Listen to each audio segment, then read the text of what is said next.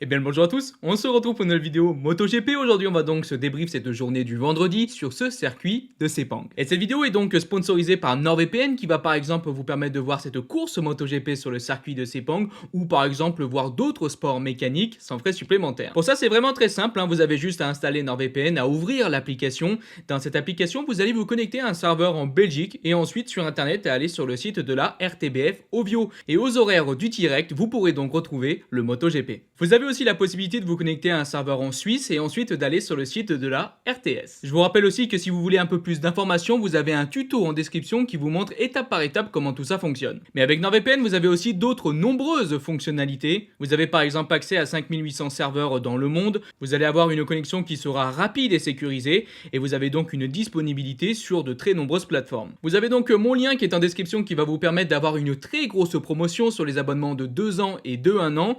Donc n'hésitez pas à aller voir, surtout que je vous rappelle que vous avez une garantie satisfait ou remboursée de 30 jours. Je remercie donc NordVPN d'avoir sponsorisé cette vidéo et un grand merci à vous tous, ceux qui cliqueront sur le lien, ça permet de soutenir la chaîne. Allez, on est maintenant parti pour notre débrief. Et on commence donc ce débrief par quelques petites informations. Tout d'abord, je voulais vous afficher les possibilités pour Francesco Bagnaia de gagner le championnat du monde dès cette course de Sepang. Il va falloir jouer entre Fabio Quartararo et Aleix Espargaro pour que Pecco donc soit champion. N'hésitez pas à mettre pause si vous voulez voir un petit peu. Bref, pour Pecco, le plus simple, ça serait quand même de gagner la course. Petites informations aussi du point de vue des pénalités. On va avoir 3 places sur la grille de pénalités pour Pol Espargaro qui a bloqué Johann Zarco lors de la FP1. Et on a aussi vu Alex Marquez être pénalisé d'un long lap après son gros accident et sa grosse erreur lors du Grand Prix d'Australie où il a malheureusement raté son freinage et il a tout simplement heurté Jack Miller. Du point de vue des séances d'essai, on va principalement se consacrer à la FP1 parce qu'on a pu avoir une piste sèche avec des pilotes qui ont donc bien poussé parce qu'on avait peur de la pluie. Et justement, la pluie, elle est arrivée plus tôt que prévu. On pensait qu'elle arriverait samedi, mais elle est déjà arrivée dans l'après-midi de cette journée du vendredi. Donc on a pu avoir une FP2 avec des conditions mixte, séchante parce qu'on a pu avoir une piste mouillée au début et ça a séché pour sortir les slicks à la fin, mais on n'a pas pu assez améliorer. Mais bref, passons donc rapidement au classement de cette FP2. On retrouvait donc un Cal Crutchlow en tête, un Crutchlow qui a passé des slicks. Tous les pilotes n'ont pas passé des slicks. Par exemple, Marc Marquez, 15e, n'a pas passé de slick. Un Fabio Quartararo, qui est quand même assez rapide, 9e, n'a pas passé de slick. Du point de vue du Fabio Quartararo, il faut quand même retenir quelque chose de très très positif, c'est que sur piste séchante, on a pu voir le pilote français vraiment afficher un très bon rythme, même l'un des meilleurs rythmes. Son premier run a été compliqué, mais sur le deuxième run, on a vraiment l'impression qu'il a trouvé quelque chose. Et c'est une bonne chose parce que dimanche, il pourrait donc avoir une piste mouillée. Et apparemment, Fabio semble assez à l'aise. À la deuxième place, on retrouve donc Pecco qui a aussi passé des slicks et c'est le cas d'Alex Marquez 3e, Jack Miller 4e. On retrouve ensuite à la 5e place Johann Zarco qui est lui resté en pneu pluie, 6e Maverick Viñales, Franco Morbidelli aussi en pneu pluie à la 7e place. Un Morbidelli absolument déchaîné aujourd'hui, vous allez voir, très rapide en FP1, mais surtout qui a eu un rythme sur la pluie mais absolument exceptionnel. On a tendance sous la pluie à attendre un Miller, à attendre, je sais pas, un Marquez, un Johann Zarco, et aujourd'hui lors de cette FP2, c'était vraiment Franco Morbidelli, vraiment exceptionnel. Il mettait 4 dixièmes, 2 dixièmes, 5 dixièmes à tout le monde. Un Morbidelli très rapide aujourd'hui. Et pour terminer donc ce top 10, 8e Joan Mir, 9e Fabio et donc 10e Luca Marini. Voilà, il n'y a pas beaucoup plus de choses à rajouter, je pense que s'il y a quelques petits trucs à dire, on le fera quand je vais vous faire le classement donc de la FP1. Bref, ça a été une journée quand même assez particulière, surtout avec cette FP2, avec du mouillé, ça sèche, ensuite des pilotes passent les pneus slicks, des pilotes eux restent en pneus pluie, bref ça a été quand même assez particulier, une séance d'essai un petit peu brouillonne, mais ça a permis bien sûr aux pilotes de prendre pas mal d'informations. Mais passons donc maintenant à la séance la plus rapide, la FP1.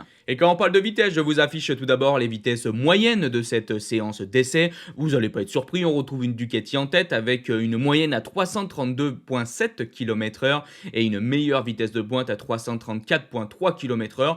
Bon, c'est comme d'habitude, on peut quand même noter une Suzuki dans le top 2 avec Alex Rins et quand même la Yamaha de Fabio Quartararo qui est quand même assez haute par rapport aux autres. Bref, après ça dépend aussi comme d'habitude de où est le capteur, de comment on freine, comment on sort du premier virage. Mais voilà, comme d'hab, n'hésitez pas à mettre mettre pause si vous voulez avoir un peu plus d'informations sur sa vitesse moyenne. On arrive donc maintenant au classement de cette FP1, on parle des quelques pilotes en dehors du top 10 et ensuite on remonte de la 10e place jusqu'à la première place. On va commencer par Aleix Espargaro, 20e, l'un des pilotes qui joue quand même encore le championnat du monde, il ne faut pas l'oublier, il n'y a pas que Fabio et justement Francesco Bagnaia, on peut même peut-être rajouter dans la course un certain Enea Bastianini, mais bref, Aleix Espargaro a eu une FP1 absolument noire. Tout d'abord, il a eu des problèmes sur sa moto, il a mis du temps à sortir et quand il sort des box, il se crache dès le tour de sortie. Bref, il rentre au box et là, un problème sur la seconde moto, il sort avec sa deuxième moto et il y a un souci, quelque chose qui s'est affiché sur son tableau de bord. Vraiment une journée assez difficile. En FP2, ça a été aussi compliqué pour Aleix Espargaro qui n'a pas beaucoup roulé. Bref, une journée où Aleix Espargaro clairement ne sera pas fatigué. Le souci, c'est que chez Aprilia, pour son coéquipier Maverick Viñales, c'est pas mieux. Et Viñales, lui pourtant, il a pas mal roulé. Il est 19e, le pilote espagnol. Une fin de saison quand même, chez Aprilia, il y a des petites choses à dire. En tout cas, une première séance d'essai vraiment difficile pour les deux pilotes Aprilia. On a aussi donc 3 pilotes Ducati majeurs en dehors de ce top 10, Johan Zarco 15e, Jack Miller 14e et Francesco Bagnaia 11e. Ce qui veut dire que si demain en FP3 il venait à pleuvoir, on pourrait donc retrouver ces 3 pilotes et tous les pilotes donc en dehors du top 10 directement en Q1. Ça peut annoncer du spectacle, on verra. Normalement demain il devrait pleuvoir, maintenant la météo vous savez ça bouge vite. Allez, on attaque donc ce top 10 avec la 10e place de Marco Bezzecchi. Aucune surprise, Marco Bezzecchi est très rapide. Il a été le premier pilote à chuter. Il a chuté très rapidement dans la FP1. Mais ça l'a pas empêché de très bien rouler. Et vraiment, c'est vrai que je me suis pas mal attardé là-dessus lors de cette FP1. Mais quel style de pilotage il a, Marco Bezzecchi. C'est vraiment assez magnifique. Alors, bon, bien sûr, beaucoup de pilotes ont des styles de pilotage vraiment magnifiques. Mais j'ai adoré voir Marco Bezzecchi rouler. C'était vraiment génial. Il n'y a pas grand-chose d'autre à dire parce qu'ensuite... Marco Bezzecchi, il est très rapide, vous le savez très bien, il va vraiment de plus en plus vite, il est de plus en plus performant, vraiment voilà, Marco Bezzecchi impressionne, mais son style de pilotage m'a clairement fait de l'œil. Et continuons avec le team Muni, on a donc Luca Marini 9e, bon je vais pas m'étaler, c'est vraiment la même chose que Marco Bezzecchi, c'est vrai que la saison commence à être longue, je sens que je commence un petit peu des fois à me répéter sur certains pilotes, mais bref, Luca Marini continue d'être extrêmement performant et d'être aussi un pilote exceptionnel, vraiment, je pense que c'est les deux pilotes auxquels je n'attendais pas un tel niveau au cours de cette saison 2022. En tout cas, deux pilotes qui ont franchement énormément progressé. Le team Muni qui a vraiment brillé dans cette fin de saison, dans cette deuxième partie de saison. Et j'ai hâte de voir 2023. En tout cas, pour Marini, tout comme pour Bezzecchi, vraiment très rapide. Belle surprise du coup à la 8e place. Bon, c'est un autre pilote Ducati, ça c'est moins une surprise. Mais c'est Fabio Di Giannantonio. Un Fabio Di Giannantonio qu'on voit un petit peu moins quand même ces derniers temps.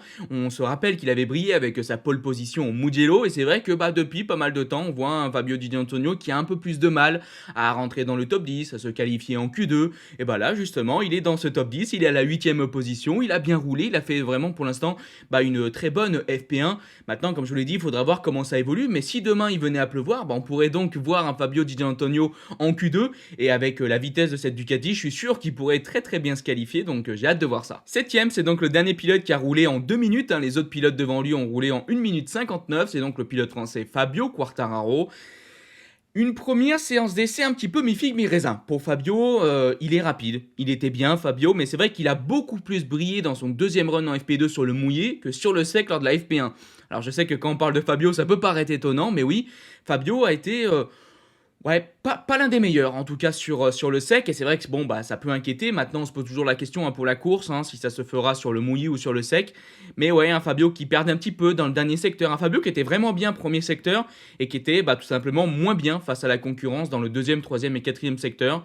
Bon, ce n'est qu'une FP1, ce n'était que le début sur ce circuit de Sepang, mais je vous rappelle qu'en 2019, la dernière fois qu'on a roulé sur ce circuit de Sepang, Fabio Quartararo était en pole sur le sec, donc j'espère bien moi quand même retrouver un Fabio capable de performer, surtout en qualif.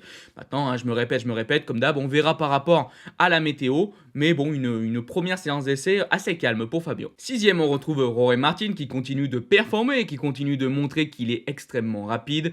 Un Jorge Martin qui a vraiment très bien roulé, qui a bien travaillé tranquillement dans l'ombre. C'est vrai que c'est pas le genre de pilote qu'on a énormément à l'image, mais une nouvelle fois, ce Jorge Martin, il est toujours là, toujours bien présent. Et c'est vrai que Jorge Martin a tendance à être un petit peu loin lors des premières séances d'essai. Là, il est déjà aux alentours du top 5. Attention à lui pour la qualification. Cinquième, c'est Joan Mir et ça me fait super plaisir, le pilote Suzuki qui revient vraiment en forme.